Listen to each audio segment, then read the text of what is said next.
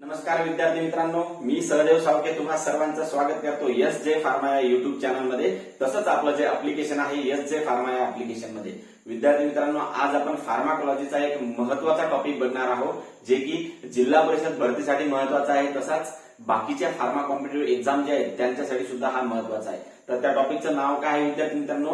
Drug acting on the blood म्हणजेच हिमॅटेनिक systems किंवा blood systems. आता ब्लड मध्ये काय येतं विद्यार्थी मित्रांनो? वेगवेगळं काय येतं?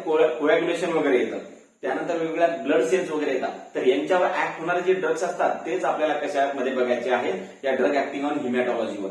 आलं लक्षात? आता याच्यामध्ये विद्यार्थी मित्रांनो जो मेन प्रॉब्लेम आहे एक तर ब्लड कोॲग्युलेशन रिलेटेड आहे. तर ब्लड कोॲग्युलेशन रिलेटेड जे प्रॉब्लेम्स आहेत, डिसऑर्डर आहेत, त्यांच्यावर यूज होणारे जे ड्रग्स आहेत विद्यार्थी मित्रांनो, तेच आपल्याला आजच्या व्हिडिओद्वारे काय करायचे बघायचे आहे.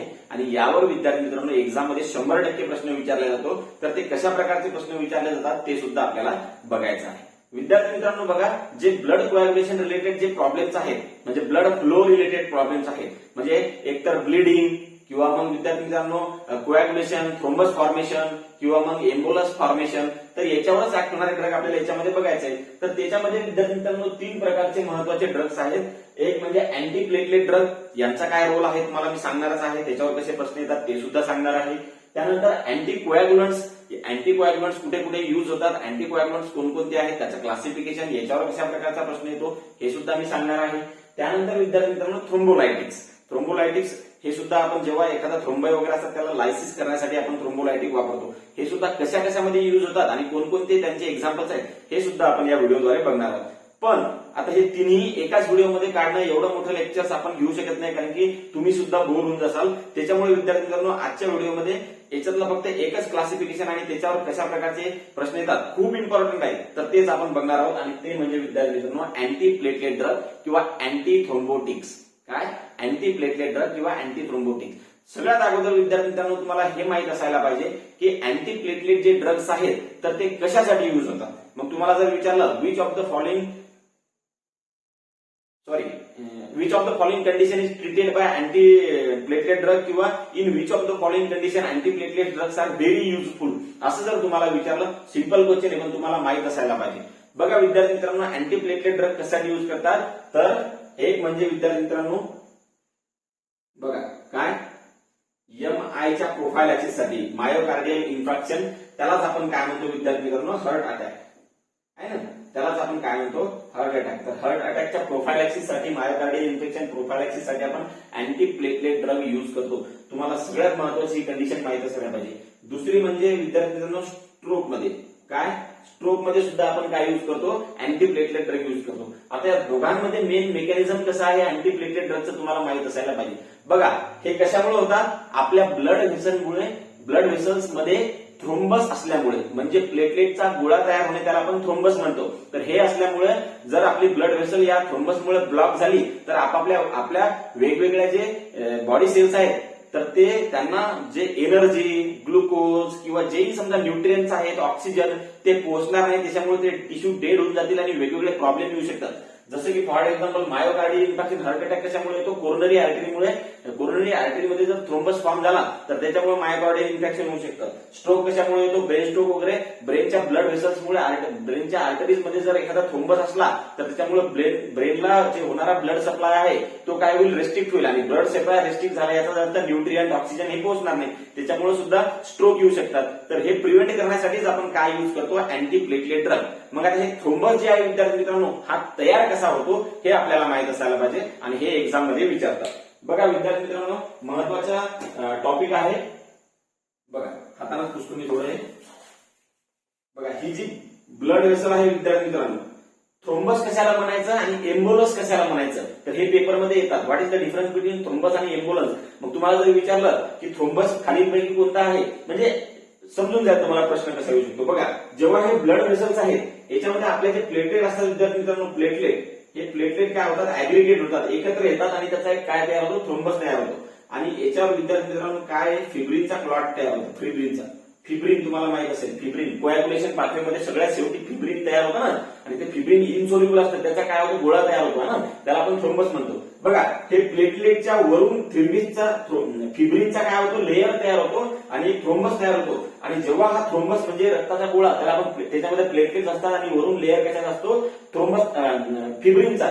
तर तो जेव्हा ब्लड व्हेसलच्या वॉल्सला अटॅच असतो, म्हणजे एकाच जागेवर असतो स्थिर, आहे का नाही, म्हणजे स्टेशनरी असतो, एका जागेवरच तो चिपकलेला असतो ब्लड व्हेसलच्या वॉल्सला, आलं लक्षात, तेव्हा त्याला काय म्हणायचं विद्यार्थी मित्रांनो, थ्रोम्बस. आणि हा जर विद्यार्थी मित्रांनो मुव्हिंग असला, फॉर एक्झाम्पल हा थ्रोम्बस आहे आणि याच्यामध्ये प्लेटलेट एंटर झालेला वरून फिब्रिन आहे, आणि हा जर मुव्हिंग असला म्हणजे तो ब्लड व्हेसल मध्ये फिरत आहे, तर त्याला काय म्हणायचं विद्यार्थी मित्रांनो, एम्बोलस म्हणायचं. काय म्हणायचं, एम्बोलस. म्हणजेच काय, थ्रोम्बस म्हणजे जेव्हा प्लेटलेट ऍग्रिगेट होतात, म्हणजे चिपकतात एकमेकांना, आणि त्याच्यावरून फिब्रिनचा लेअर होतो आणि गोळा तयार होतो, आणि तो जेव्हा ब्लड व्हेसलला अटॅच असतो तेव्हा त्याला काय म्हणायचं, थ्रोम्बस म्हणायचं, थ्रोम्बाय. आणि जेव्हा हा मुव्हिंग असतो म्हणजे ब्लड व्हेसलला अटॅच नसतो, ब्लड सोबत मूव्ह होतो, आणि नंतर मग एखाद्या जागेवरून तो अडकतो, एखाद्या जागेवरून अडकतो, आणि मग तिकडला काय करतो, तो ब्लड सप्लाय रेस्ट्रिक्ट करतो, तर तो मुव्हिंग जो एम्बोलस असतो त्याला काय म्हणायचं विद्यार्थी मित्रांनो, एम्बोलाय म्हणायचं किंवा एम्बोलस म्हणायचं. मग याच्यावरून तुम्ही ठरवू शकता, जेव्हा तो ब्लड व्हेसलला अटॅच असतो तेव्हा थ्रोम्बस, आणि हा अटॅच असला ते जर तिथून काय म्हणतात, तर निसटला, म्हणजे मुवमेंट होत असेल, तो अटॅच असलेला समजा निसटला आणि तो नंतर ब्लड व्हेसलमध्ये फिरत असेल, तर तो एम्बोलस होतो. म्हणजे thrombus become embolus when it detach from the blood vessels walls. Okay, असं तुम्हाला बघायचंय. मग हे झालं तुमचं एक क्लिअर, थ्रोम्बस म्हणजे काय आणि एम्बोलस म्हणजे काय. दुसरा एक प्रश्न येतो विद्यार्थी मित्रांनो, हे जे ब्लड व्हेसल्स आहेत हे समजा आर्टरीज आहेत, आणि ही आहे व्हेन. ब्लड व्हेसल दोन प्रकारचे आहेत, एक आर्टरी आणि व्हेन. आर्टरी मध्ये ऑक्सिजनेटेड ब्लड फ्लो होतं आणि व्हेन्स मध्ये डिऑक्सिजनेटेड ब्लड फ्लो होतं. तुम्हाला माहित असेल, पेपरमध्ये प्रश्न येऊ शकतो, आला लक्षात. त्यानंतर विद्यार्थी मित्रांनो बघा, जेव्हा प्लेटलेट असे ऍग्रिगेट होतात, एकत्र येतात प्लेटलेट, फॉर एक्झाम्पल, आता प्लेटलेट ऍग्रिगेट केव्हा होतात हे तुम्हाला मी सांगतो, पण जेव्हा प्लेटलेट ऍग्रिगेट होतात कोणामध्ये, आर्टरीमध्ये. कशामध्ये, आर्टरीमध्ये. ओके, आणि याच्यामध्ये जे प्लेटलेटचं कॉन्सन्ट्रेशन असतं विद्यार्थी मित्रांनो, आर्टरीमध्ये तयार झालेल्या थ्रोम्बसमध्ये, तर त्या प्लेटलेटचं कॉन्सन्ट्रेशन खूप जास्त असतं आणि फिब्रिन थोडंसंच असतं. बघा, फिब्रिनचा लेअर थोडासाच आहे, इथं दिसत आहे तुम्हाला. जास्त कोण आहे, प्लेटलेट्स आहे, आणि फिब्रिनचा लेअर काय आहे, कमी आहे.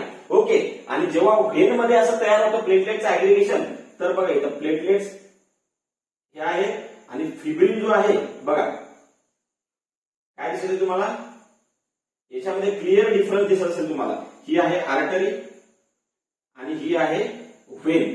ओके, बघा याच्यामध्ये प्लेटलेट जास्त आहेत, आर्टरीमध्ये जेव्हा थ्रोम्बस तयार होतो त्याच्यामध्ये प्लेटलेट जास्त आहेत आणि फिब्रिनचा लेअर कमी आहे, आणि व्हेन मध्ये जेव्हा थ्रोम्बस तयार होतो तर याच्यामध्ये विद्यार्थी मित्रांनो जे प्लेटलेट्स आहेत ते खूप कमी आहेत, पण जे फिब्रिन आहे, तर या फिब्रिनचा लेअर खूप जास्त आहे.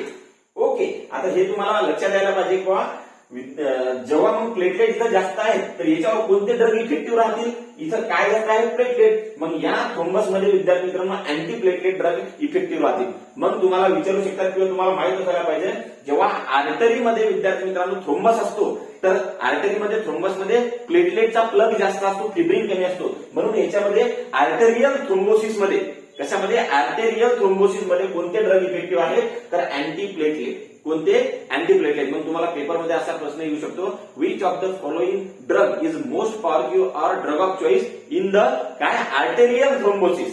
आर्टेरियल थ्रोम्बोसिस, आर्टेरियमध्ये थ्रोम्बस असला तर ते असतात प्लेटलेट, कारण की आर्टेरियल थ्रोम्बोसिस मध्ये प्लेटलेट जास्त प्रमाणात असतात. मग या प्लेटलेटला जर आपण प्रिव्हेंट करायचं असलं तर कोणते ड्रग देऊ शकतो, अँटी प्लेटलेट, म्हणजे हा थ्रोम्बस तयार होणार.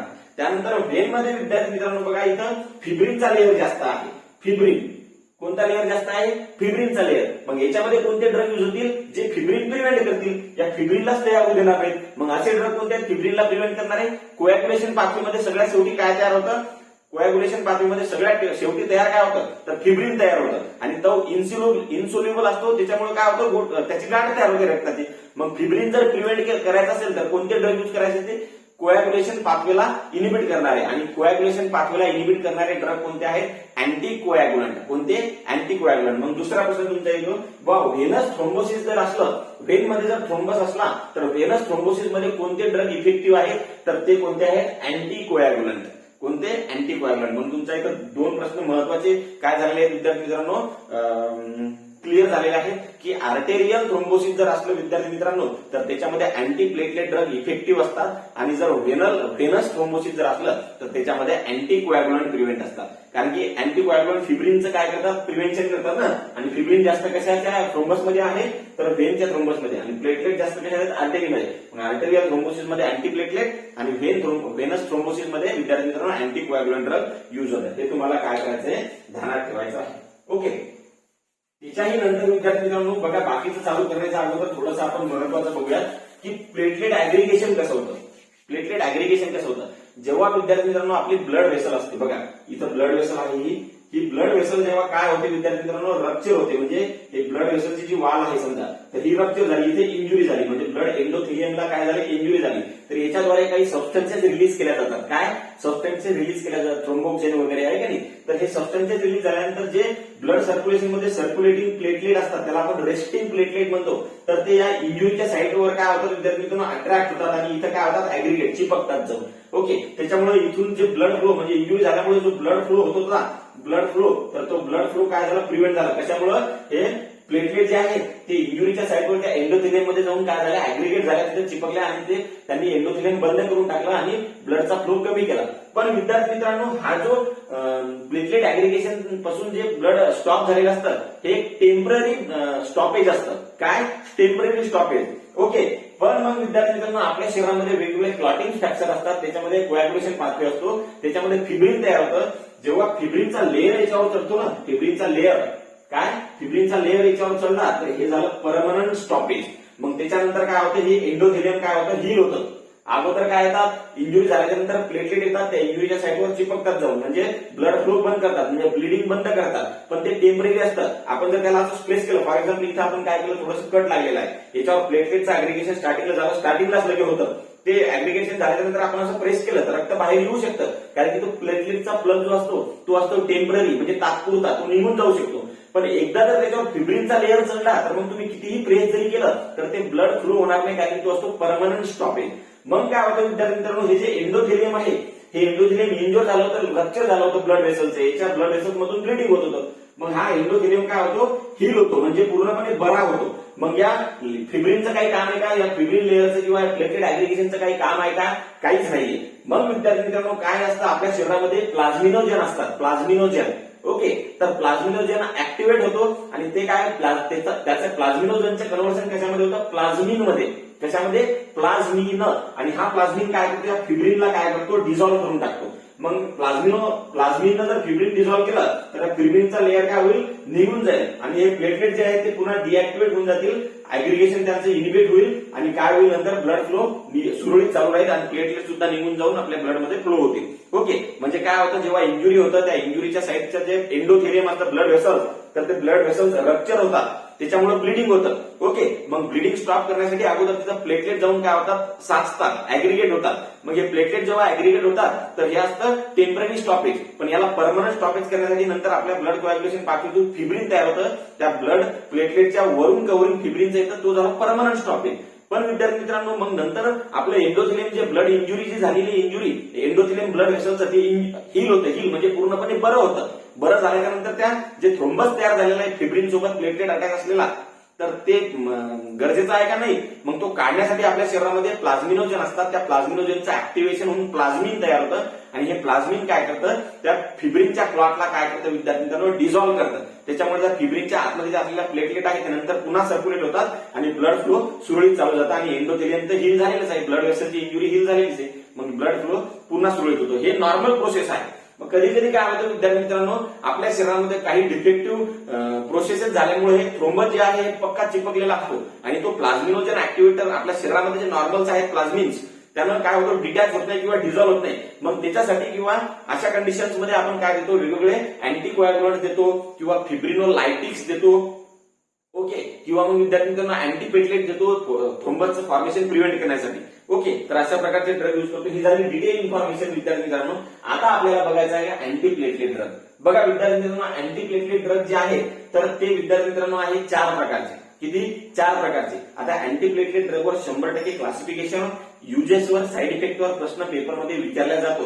ही जी डायग्राम आहे ही आपण जेव्हा मेकॅनिझम बघणार आहोत तेव्हा आपण समजून सांगणार आहे.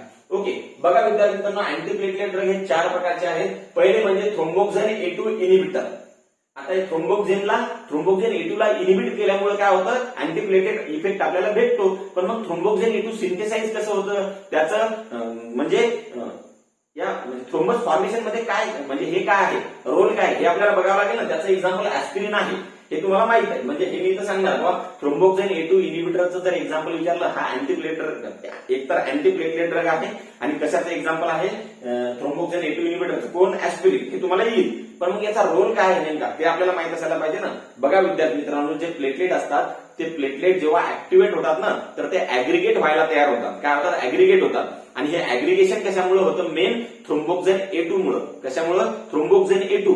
म्हणजे थ्रोम्बोक्सिन A2 जर असलं तर प्लेटलेट ऍग्रिगेट होतात, आणि हे थ्रोम्बोक्सिन A2 जर आपण ब्लॉक करून टाकलं तर प्लेटलेटचं ऍग्रिगेशन होईल का, होणार नाही.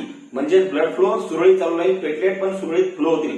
ऍग्रिगेट न झाल्यामुळे थ्रोम्बस तयार होणार नाही. मग हे प्रिव्हेंट करण्यासाठी आपण थ्रोम्बोक्सिन A2 इनिबिटर देतात, आणि त्याचं एक्झाम्पल आहे ऍस्पिरिन. मग ऍस्पिरिन हे थ्रोम्बोक्सिन A2 कसं इनिबिट करतात. ओके, पहिले तर आपल्याला थ्रोम्बोक्सिन A2 तयार कसं होतं हे माहित असायला पाहिजे. एक प्रश्न तुमचा इथं तयार झाला, एक्झाम्पल कशाचं, थ्रोम्बोक्सिन A2 इनिबिटरचं, ऍस्पिरिन.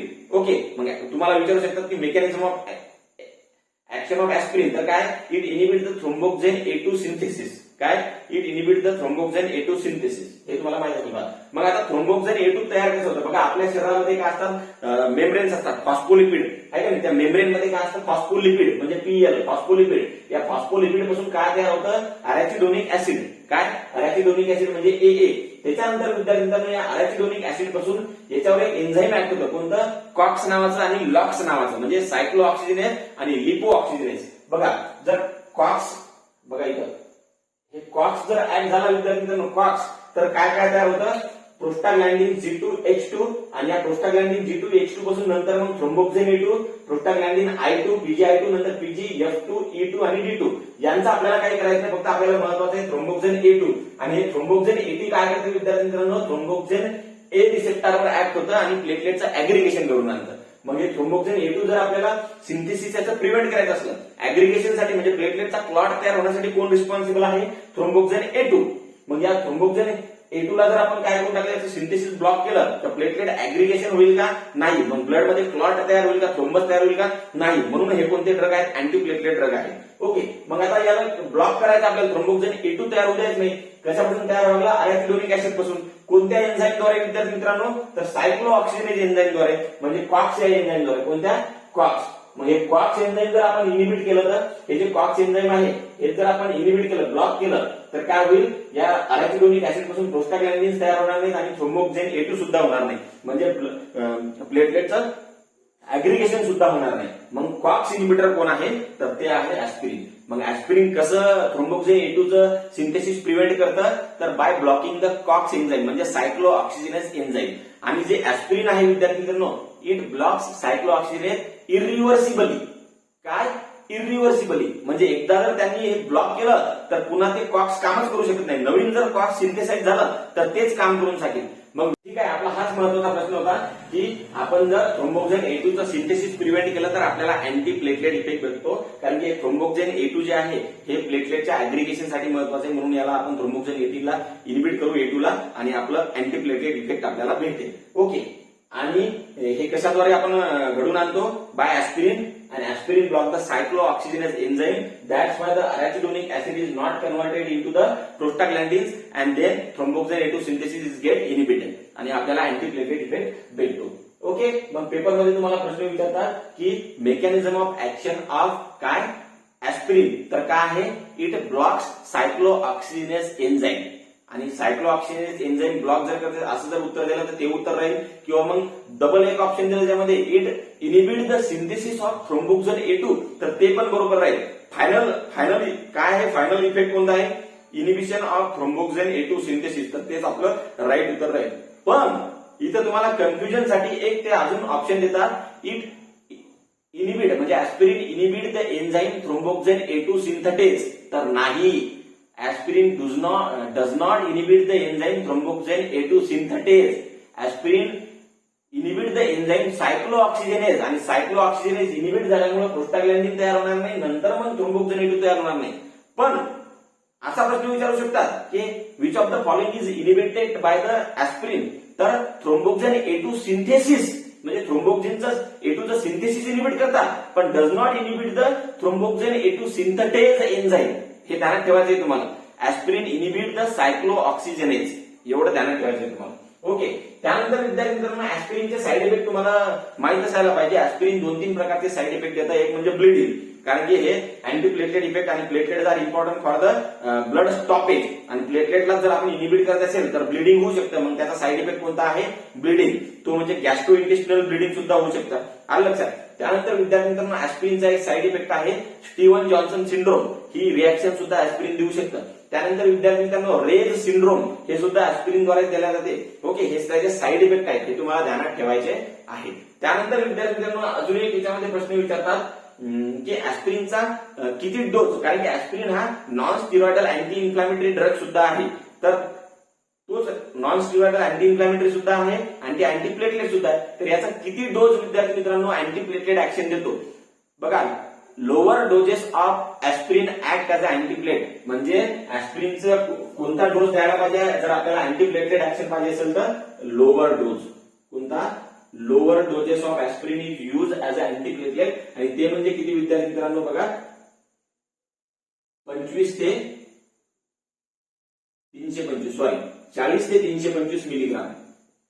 बघा, 40 ते 325 मिलीग्राम जर आपण डोस देत असेल, 40 मिलीग्राम ते 325 मिलीग्रामच्या मध्ये, तर तो झाला अँटी प्लेटलेट डोस. याच्यापेक्षा जर वरे जर असेल डोस तर तो मग नॉन स्टिरॉइडल अँटी इन्फ्लॅमेटरी म्हणून ऍक्ट होतो. मग तुम्हाला जर विचारलं की which of the following doses of aspirin act as anti platelet, तर काय? Lower doses. किंवा at which doses aspirin act as a anti platelet, तर at lower doses anti platelet action is given by aspirin. आणि doses किती? 40 ते 325 milligram पर्यंत. हे तुम्हाला ध्यानात ठेवायचं आहे. आणि ऍस्पिरिन इनिबिट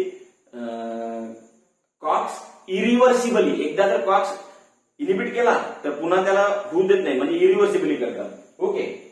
हे तुम्हाला माहित असायला पाहिजे. मग विद्यार्थी मित्रांनो इथं बघा, थ्रोम्बोक्सिन A2 जे आहे ते ऍग्रिगेशन साठी महत्वाचं आहे. कशासाठी? ऍग्रिगेशन. ओके. कशासाठी? ऍग्रिगेशन.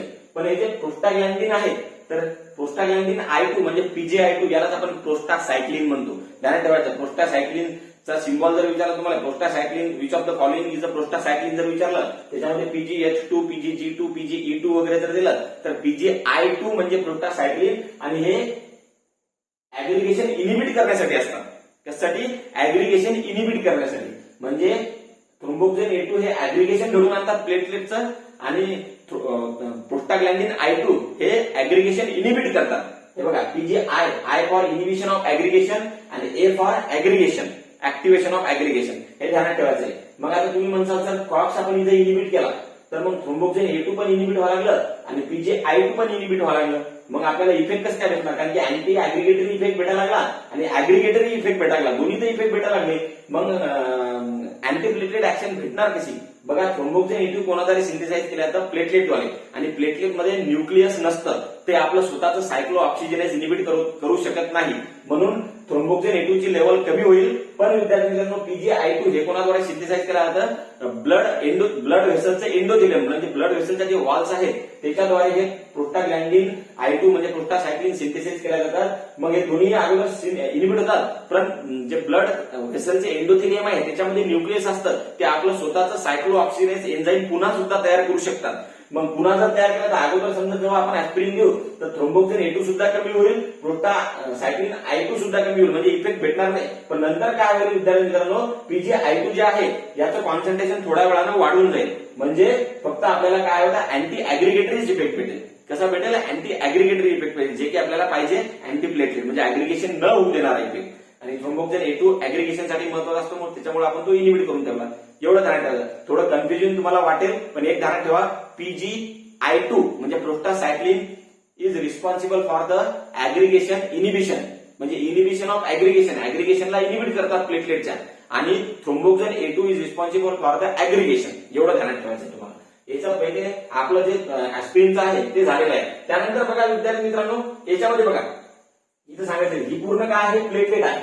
ही प्लेटलेट आहे. याच्यामध्ये फॉर एक्झाम्पल मेम्ब्रेन फॉस्फोलिपिड पासून आर्याचिडोनिक ऍसिड तयार होतं. आर्याचिडोनिक ऍसिड पासून थ्रोम्बोक्सिन A2 तयार होतं. मग हे थ्रोम्बोक्सिन A2 जो आहे तर तो काय करतो, या प्लेटलेटवर असलेले जे रिसेप्टर आहेत कोणते थ्रोम्बोक्सिन A2 रिसेप्टर यांच्यावर काय होतं, ऍक्ट होतो आणि त्याच्यामुळे ऍग्रिगेशन होतं. त्याच्यामुळे काय होतं, ऍग्रिगेशन होतं. त्यानंतर विद्यार्थी असेच एक रिसेप्टर प्लेटलेटवर डिपेंड असतात कोणते, P2Y12 म्हणजे P2Y12 हे जे रिसेप्टर आहेत हे सुद्धा प्लेटलेटवर काय असतात, प्रेझेंट असतात. आणि हे कोणाचे रिसेप्टर आहेत, एडीपीचे, ऍडिनोसिन डायफॉस्फेटचे. आणि हे सुद्धा ऍग्रिगेशनसाठी काय, प्लेटलेटच्या ऍग्रिगेशनसाठी रिस्पॉन्सिबल आहे. त्याच्यामुळे ऍग्रिगेशन होतं म्हणजे ब्लड क्लॉटिंग होतं म्हणजे थ्रोम्बस तयार होतं. मग याला जर आपण इनिबिट केलं कशाला, P2Y20 रिसेप्टरला ब्लॉक जर केलं तर हे एडीपी याच्यावर ऍक्ट होणार नाही. त्याच्यामुळे प्लेटलेटचं ऍग्रिगेशन होणार नाही आणि आपल्याला अँटी प्लेटलेट ऍक्शन भेटून जाईल. ओके, तर बघा विद्यार्थी मित्रांनो, जेव्हा इंजुरी होत असते ना तेव्हा हे 3 पदार्थ रिलीज होतात, 3 ते 4. थ्रोम्बोक्सिन A2 याला आपण इनिबिट करणार, याचा ड्रग कोणता आहे, ऍस्पिरिन ड्रग आहे. त्याच्यामुळे आपल्याला अँटी प्लेटलेट ड्रग भेटला. अजून एडीपी म्हणजे ऍडिनोसिन डायफॉस्फेट सुद्धा आपल्या ब्लडमध्ये रिलीज होतं जेव्हा आपल्याला इंजुरी होते तेव्हा. आणि हे एडीपी काय करतं, या एडीपीचे रिसेप्टर प्लेटलेटवर असतात. कोणते रिसेप्टर, P2Y12 रिसेप्टर, P2Y12 असे P2Y12 रिसेप्टर असतात. या रिसेप्टरचं ऍक्टिव्हेशन या एडीपी मुळे होतं, जो की इंजुरीमुळे रिलीज झाला आणि त्याच्यामुळे ब्लडचं ऍग्रिगेशन होतं. मग काय करायचं विद्यार्थ्यांना, आपल्याला अँटीप्लेटलेट इफेक्ट पाहिजे. जेव्हा आपल्या बॉडीमध्ये कोणती इंजुरी असते तेव्हा ही ब्लडचा क्लॉट तयार होऊ शकतो म्हणजे थ्रोम्बस तयार होऊ शकतो. हे न होऊ देण्यासाठी आपल्याला हे ड्रग यूज करायचे असतात. मग तेव्हा काय करायचं, आपण हे P2Y12 रिसेप्टर जे आहेत हे ब्लॉक करून टाका. मग प्लेटलेटचं ऍक्टिव्हेशन होईल का नाही, ऍग्रिगेशन होईल का नाही, म्हणजेच आपल्याला अँटी प्लेटलेट ऍक्शन भेटेल. मग हे P2Y12 याचे अँटागोनिस्ट कोणते आहेत विद्यार्थी मित्रांनो, तर त्याचे एक्झाम्पल आहे, तुम्ही नाव ऐकलं असेल, क्लोपिडोग्रेल, टिक्लोपिडिन, प्रासुग्रेल, टिकाग्रेलॉर आणि कॅनग्रिलॉर. ओके, तर हे काय आहेत विद्यार्थी मित्रांनो, P2Y12 रिसेप्टर अँटागोनिस्ट. मग तुम्हाला एक्झाम मध्ये असाही प्रश्न विचारतात, which of the following drug is ADP receptor antagonist. आणि एडीपीचे रिसेप्टर ऍडिनोसिन डायफॉस्फेटचे रिसेप्टर कोणते आहेत, तर P2Y12 हे रिसेप्टर आहे. त्याचे अँटागोनिस्ट कोणते, क्लोपिडोग्रेल, टिक्लोपिडिन, प्रासुग्रेल, टिकाग्रेलॉर, कॅनग्रिलॉर. ओके, आता विद्यार्थी मित्रांनो, हे क्लोपिडोग्रेल, टिक्लोपिडिन आणि प्रासुग्रेल जे आहेत हे डायरेक्टली जे रिसेप्टर आहेत P2Y12 रिसेप्टर यांना इरिव्हर्सिबली ब्लॉक करून टाकतात. म्हणजे डायरेक्टली इरिव्हर्सिबल, म्हणजे एकदा जर ब्लॉक केलं तर हे रिसेप्टर तुम्हाला ऍक्टिव्हेट होऊ शकत नाही. इरिव्हर्सिबली काय करतात, ब्लॉक करून टाकतात. त्याच्यामुळे आपल्याला स्ट्रॉंग अँटी प्लेटलेट ऍक्टिव्हिटी भेटते. त्यानंतर टिकाग्रेलॉर जे आहेत हे रिव्हर्सिबली, म्हणजे यांनी जर एकदा ब्लॉक केले तर पुन्हा ते रिव्हर्सिबल असू शकतात. ओके, मग ऍडव्हान्टेज कोणाचा आहे, रिव्हर्सिबली यांचा जास्त ऍडव्हान्टेज आहे. ओके, ध्यानात ठेवायचं तुम्हाला.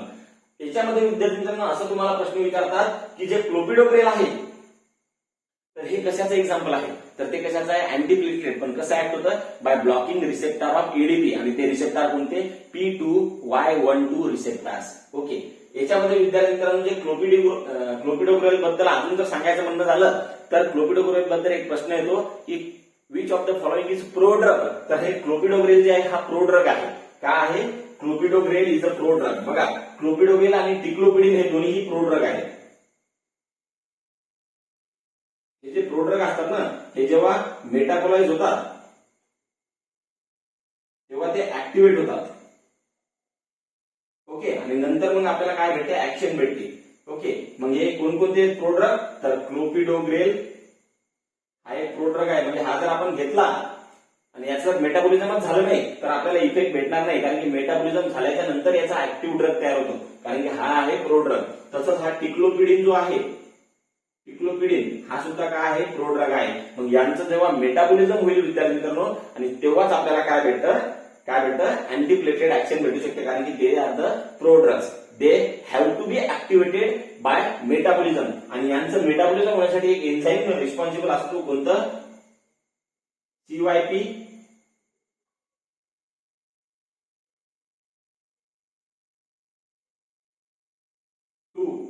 C19. कोणतं, CYP2C19 नावाचे enzyme is responsible for the activation of clopidogrel. कारण की क्लोपिडोग्रेलचं जेव्हा मेटाबॉलिझम होतं तेव्हाच क्लोपिडोग्रेल आणि टिक्लोपिडिन हे ऍक्टिव्हेट होऊ शकतात. तर यांचं तुम्हाला ध्यानात ठेवायचं बघा, हे C19 जे आहे म्हणजे C19 हे CL सारखं दिसतं. ओके, CL म्हणजेच काय, क्लोपिडोग्रेल. म्हणजे CYP2C19 is responsible for the activation of कोण, क्लोपिडोग्रेल आणि डिक्लोपिडेल. आता विद्यार्थी मित्रांनो एक अजून प्रश्न विचारू शकतात की हे जे CYP2C19 आहे तर हे कोणत्या ड्रग्सद्वारे इनिबिट केल्या जातं. आता बघा, याला जर इनिबिट केलं तर हे प्रोड्रगचं कन्व्हर्शन ऍक्टिव्ह मध्ये होणार नाही, म्हणजे क्लोपिडोग्रेल आपल्याला ऍक्शनच देणार नाही जर हे CYP2C19 नावाचं एन्झाईम इनिबिट केलं तर. आणि हे कोणाद्वारे इनिबिट केलं जातं माहिती का, प्रोटॉन पंप इनिबिटर म्हणजे PPI.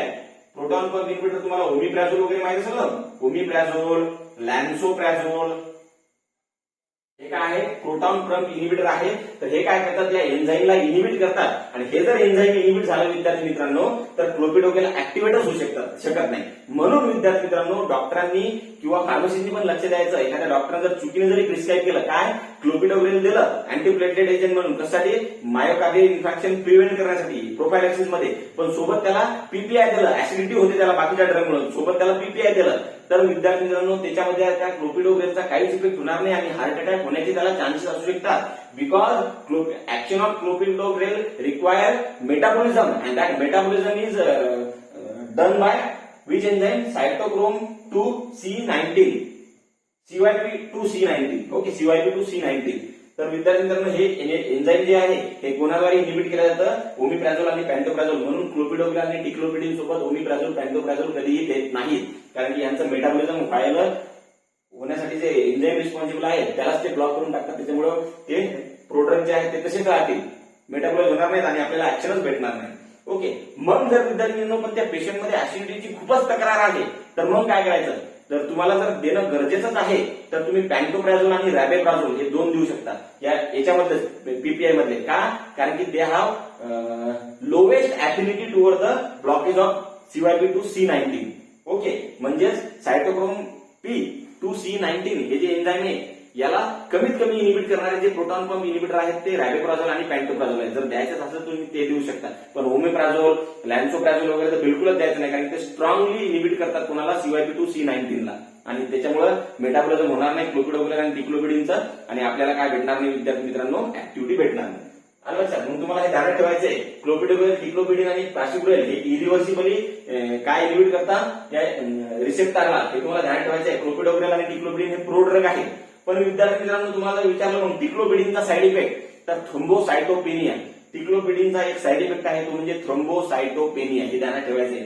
प्रासुग्रेल काय आहे, मोस्ट पोटेंट आहे, म्हणजे याची ऍक्टिव्हिटी या क्लोपिडोग्रेल आणि डिक्लोपिडिन पेक्षा जास्त आहे, पण याचं एक कॉन्ट्राइंडिकेशन आहे विद्यार्थी मित्रांनो. कशामध्ये, ब्रेन हिमरेज मध्ये देत नाही ते, सॉरी ब्रेन हिमरेज स्ट्रोक मध्ये देत नाहीत, कारण की ब्रेन हिमरेज होण्याचे जास्त चान्सेस असतात. म्हणजे याचा साईड इफेक्ट आहे प्रासुग्रेलचा काय, ब्रेन हिमरेज, हे तुम्हाला ध्यानात ठेवायचंय. आणि टिकाग्रेलर आणि कॅनग्रेलर काय विद्यार्थ्यांनो, reversible inhibitor of the P2Y12 receptor आहे ते, रिव्हर्सिबल. मग यांचा एक फायदा असतो काय, फॉर एक्झाम्पल क्लोपिडोग्रेल, डिक्लोपिडिन आणि प्रासुग्रेल जे आहे ते इरिव्हर्सिबली काय इनिबिट करतात या रिसेप्टरला. मग त्या पेशंटची जर सर्जरी करायची असली, समजा एक पेशंट आहे त्याला मायोकार्डियल इन्फेक्शन प्रिव्हेंट करण्यासाठी हे चालू आहे, काय आहे, क्लोपिडोग्रेल चालू आहे, क्लोपिडोग्रेल हा ड्रग चालू आहे, पण त्या पेशंटमध्ये सर्जरी करायचं इमिजिएट काम आहे, तर त्या पेशंटमध्ये सर्जरी करायचं म्हणजे काहीतरी कट करावं लागेल. अँटीप्लेटलेट ड्रग म्हणल्यानंतर ब्लिडिंग थांबणारच नाही, कारण की अँटीप्लेटलेट ड्रग आहे. मग त्या पेशंटमध्ये आपण हे करू शकतो का, सर्जरी नाही. मग सर्जरी जर करायची असेल तर क्लोपिडोग्रेल, डिक्लोपिडिन, प्रासुग्रेल हे 8 दिवसा अगोदरच बंद करावे लागतात. इव्हन ऍस्पिरिन सुद्धा, कारण ते इरिव्हर्सिबली इनिबिट करतात, 8 दिवसा अगोदर बंद करावे लागतात. मग अशा कंडिशन मध्ये जर इमर्जन्सी ऑपरेशन करायचं काम पडलं तर आपण करू शकतो का, नाही. म्हणून हे जे reversible inhibitor of the P2Y12 receptor antagonist यांचा शोध लागला. हे काय करू शकतात माहिती का, रिव्हर्सिबली, म्हणजे ब्लॉकेज समजा ऑपरेशन करायचं असलं, आज जरी आपण यांना स्टॉप केलं तर आपण ऑपरेशन त्यांचं करू शकतो, कारण की लगेच रिव्हर्सिबल असतात ते. ओके, म्हणजे जे ब्लॉक केलं त्यांना ते रिव्हर्सिबल असतात. त्याच्यामुळं कॅनग्रेला, टिकाग्रेला सध्याच्या परिस्थितीमध्ये विद्यार्थ्यांना युज करतात. याच्यामध्ये सगळ्यात जास्त हे जे टिकाग्रेला आहे हे सध्याच्या परिस्थितीत अँटीप्लेटलेट म्हणून युज करतात. तुम्ही याला सर्च करून बघू शकता, टिकाग्रेला. ओके, आणि हे ओरली देतात. कसं, orally. Ticagrelor is given by oral tablets. Okay, orally देतात. त्यानंतर विद्यार्थ्यांनो अजून एक रिसेप्टर प्रेझेंट असतात प्लेटलेटवर. त्यांचं जर ऍक्टिव्हेशन झालं तर प्लेटलेट काय होतं, ऍग्रिगेशन होतं. प्लेटलेटचं ऍग्रिगेशन होतं, आणि ते म्हणजे कोणते, PAR1 अँटागोनिस्ट. बघा हे पार 1 अँटागोनिस्ट. आणि हे कशाचे रिसेप्टर आहे, याच्यावर कोण ऍक्ट होतो, थ्रोम्बिन. आणि थ्रोम्बिन कुठून येतो विद्यार्थी मित्रांनो, आपल्या कोॲग्युलेशनच्या पाथवेमध्ये. कोण तयार होतं, थ्रोम्बिनचं कन्व्हर्शन, प्रोथ्रोम्बिनचं कन्व्हर्शन थ्रोम्बिन मध्ये होतं. मग थ्रोम्बिन काय करतं, फिब्रिनोजनचं कन्व्हर्शन फिब्रिन मध्ये करतं थ्रोम्बिन. आणि फिब्रिन काय आहे, ब्लड क्लॉट करण्यासाठी मेन रिस्पॉन्सिबल फिब्रिनच आहे, कारण की प्लेटलेटच्या वरून कोणाचा लेअर होतो, फिब्रिनचा. मग या थ्रोम्बिनला जर रिसेप्टर, आपण या थ्रोम्बिनला जर इनिबिट केलं विद्यार्थी मित्रांनो, तर प्लेटलेटचं ऍक्टिव्हेशन होईल का, नाही. ऍग्रिगेशन होईल का, नाही. म्हणजेच काय होईल, आपल्याला अँटी प्लेटलेट इफेक्ट भेटेल. मग असे ड्रग की जे पार 1 म्हणजे प्रोटीएज ऍक्टिव्हेटेड रिसेप्टर, हे कोणाचे रिसेप्टर आहे, तर थ्रोम्बिनचे. कुठे प्रेझेंट आहे, प्लेटलेटवर. यांना जर इनिबिट केलं तर अँटी प्लेटलेट ऍक्शन आपल्याला भेटेल. आणि त्याचे एक्झाम्पल काय आहे विद्यार्थी मित्रांनो, बघा इथं ऍटोपॅक्झार, ओरापॅक्झार. ध्यानात ठेवायचं बघा, पॅक्झार पीए म्हणजे प्रोटीएज ऍक्टिव्हेटेड आणि आर म्हणजे रिसेप्टर. बघा, प्रोटीएज ऍक्टिव्हेटेड रिसेप्टर म्हणजे ऍटोपॅक्झार आणि ओरापॅक्झार हे कशाचे एक्झाम्पल्स आहे, तर पार 1 अँटागोनिस्ट तुम्हाला विचारू शकतात. आणि पार 1 कोणाचे रिसेप्टर आहे, त्याच्यावर कोण ऍक्ट होतं, थ्रोम्बिन. आणि थ्रोम्बिन काय करतं, फिब्रिनोजनचं कन्व्हर्शन फिब्रिन मध्ये. आणि ते फिब्रिन काय करतं, प्लेटलेटच्या वर एक लेअर तयार करतात, त्याच्यामुळे क्लॉटिंग, परमनंट क्लॉट तयार होतो. आणि त्याला इनिबिट करायचं असल्याला आपल्याला काय करायचं, हे पार 1 रिसेप्टर ब्लॉक करायचे, त्याच्यामुळे थ्रोम्बिन ऍक्ट होणार नाही आणि ब्लड क्लॉटिंग म्हणजे हे होणार नाही, फिब्रिनचा लेअर तयार होणार नाही. म्हणजे आपल्याला अँटी प्लेटलेट ऍक्शन याच्याद्वारे सुद्धा भेटेल. त्यानंतर विद्यार्थ्यांना खूप महत्वाचे रिसेप्टर असतात प्लेटलेटवर, ते म्हणजे ग्लायकोप्रोटीन 2B3A रिसेप्टर. काय, ग्लायकोप्रोटीन 2B3A रिसेप्टर. या रिसेप्टरला जर ब्लॉक केलं तर विद्यार्थ्यांना बिलकुलच प्लेटलेटचं ऍग्रिगेशन होणार नाही, क्लॉट तयार होणार नाही, थ्रोम्बस तयार होणार नाही आणि अँटी प्लेटलेट ऍक्शन भेटेल. म्हणजे सगळ्यात जर स्ट्रॉंग ड्रग असतील जे की स्ट्रॉंगली इनिबिट करतात कशाला, प्लेटलेट ऍग्रिगेशनला, तर ते कोणते विद्यार्थी मित्रांनो, ग्लायकोप्रोटीन 2B3A रिसेप्टर. आणि हे कोणावर प्रेझेंट आहे, प्लेटलेटवर प्रेझेंट आहे. ओके. आणि हेच मेन फेविकॉलचा डब्बा म्हणून ऍक्ट होता. फेविकॉलचा डब्बा म्हणजे काय, सगळ्यात मेन ऍग्रिगेशन, स्टिकीनेस कशामुळे होतं माहिती का, याच्यामुळे जास्त. मग फॉर एक्झाम्पल यांना जर आपण इनिबिट केलं तर विद्यार्थ्यांना प्लेटलेटचं ऍग्रिगेशनच होणार नाही. आणि ते म्हणजे कोणते विद्यार्थ्यांना बघा, त्यांचे एक्झाम्पल ऑक्सिझिमॅब, इप्टिफिबाटाइड आणि टायरोफिबॅन. हे जे ड्रग आहेत तर हे आहेत विद्यार्थ्यांना ग्लायकोप्रोटीन 2B3A रिसेप्टर अँटागोनिस्ट. त्याचे एक्झाम्पल्स तुम्हाला ध्यानात ठेवायचे आहे. आणि विद्यार्थी मित्रांनो, हे ओरली ऍक्टिव्ह नाही, हे आपण इंजेक्टेबल रूटनच देतो. कोणत्या रूटनं, इंजेक्टेबल रूटनच देतो. म्हणजे ऑक्सिझिमॅब, इप्टिफिबाटाइड आणि टायरोफिबॅन. बघा याच्यामध्ये तुम्हाला एबी, बघा याच्यामध्ये ग्लायकोप्रोटीन 2B आहे, इथं बी आणि ए पण आहे. यांच्या एक्झाम्पल मध्ये सगळीकडे तुम्हाला एबी दिसून, बघा ऑक्सिझिमॅब शेवटी एबी आहे ना, एबी म्हणजे ग्लायकोप्रोटीन 2B3A रिसेप्टर अँटागोनिस्ट. त्यानंतर इप्टिफिबाटाइड, बघा बीए, इथं पण बीए, इप्टिफिबाटाइड, बीए म्हणजेच काय, तर हे बीए रिसेप्टर अँटागोनिस्ट. त्यानंतर टायरोफिबान, इथं पण बीए आहे, म्हणजे यांच्या सगळ्यामध्ये बीए किंवा एबी आहे. म्हणजेच ते कशाचे एक्झाम्पल असायला पाहिजे, 2B3A रिसेप्टर अँटागोनिस्ट. अशा प्रकारे विद्यार्थ्यांना तुम्हाला प्रश्न विचारू शकतात. पहिला प्रश्न म्हणजे की थ्रोम्बोक्सिन A2 इनिबिटर कोण आहे, तर तो ऍस्पिरिन आहे. त्यानंतर जे रिसेप्टर आहेत कशाचे, आपल्या P2Y12 रिसेप्टर अँटागोनिस्ट म्हणजे एडीपीचे रिसेप्टर, त्याचे अँटागोनिस्ट कोणकोणते आहेत, तर क्लोपिडोग्रेल, टिक्लोपिडिन आणि प्रासोग्रेल. आणि टिकाग्रेल आणि कॅनिग्रेल हे सुद्धा आहेत, पण हे रिव्हर्सिबल आहेत. आणि क्लोपिडोग्रेल, टिक्लोपिडिन, प्रासोग्रेल हे इरिव्हर्सिबल आहेत. क्लोपिडोग्रेल, टिक्लोपिडिन हे प्रो ड्रग आहेत. त्यांच्या ऍक्टिव्हेशनसाठी एक ड्रग महत्वाचा एन्झाईम आहे, त्याचं नाव काय आहे, CYP2C19. आणि हे कोणाद्वारे इनिबिट केलं जातं, पॅन्टोप्राझोल, ओमिप्राझोल, लॅन्सोप्राझोल. म्हणजे जर लॅन्सोप्राझोल, ओमिप्राझोल जर दिले या ड्रग सोबत, क्लोपिडोग्रेल सोबत, तर क्लोपिडोग्रेल ऍक्टिव्हेटच करणार नाही, कारण की त्याला ऍक्टिव्ह होण्यासाठी काय लागतं, त्याचं मेटाबॉलिझम, कारण की हा प्रो ड्रग आहे. मग जर द्यायचं असेल तर कोणाला द्यायचं, पॅन्टोप्राझोल किंवा रॅपोप्राझोल, कारण की हे लेस इनिबिट करतात त्या CYP2C19 या एन्झाईमला. त्यानंतर मग पार 1 अँटागोनिस्ट, थ्रोम्बिनचे एक रिसेप्टर असतात आपल्या प्लेटलेटवर, ते जर ऍक्टिव्हेट झालं तर ऍग्रिगेशन होतं, मग त्यांनाच आपण इनिबिट करू, म्हणजे आपल्याला अँटी प्लेटलेट ऍक्टिव्हेट भेटेल. आणि ते म्हणजे कोणते, ऍटोपॅक्झार आणि ओरापॅक्झार. ओके. याच्यामध्ये पॅक्झार, पीए म्हणजे काय, प्रोटीएज ऍक्टिव्हेटेड आणि आर म्हणजे रिसेप्टर, दोघांमध्ये पण आहे. आणि सगळ्यात शेवटी म्हणजे सगळ्यात स्ट्रॉंग ऍक्टिंग ड्रग विचारले तर ग्लायकोप्रोटीन 2B3A रिसेप्टर अँटागोनिस्ट. आणि त्याचे एक्झाम्पल आहेत ऑक्सिझिमॅब, इप्टिफिबाटाइड आणि टायरोफिबान. हे ओरली इनॅक्टिव्ह आहेत, हे आपल्याला इंजेक्टेबल रूटनच द्यायचे असतात. तर एवढं विद्यार्थ्यांना अँटी प्लेटलेट ड्रग बद्दल झालेलं आहे.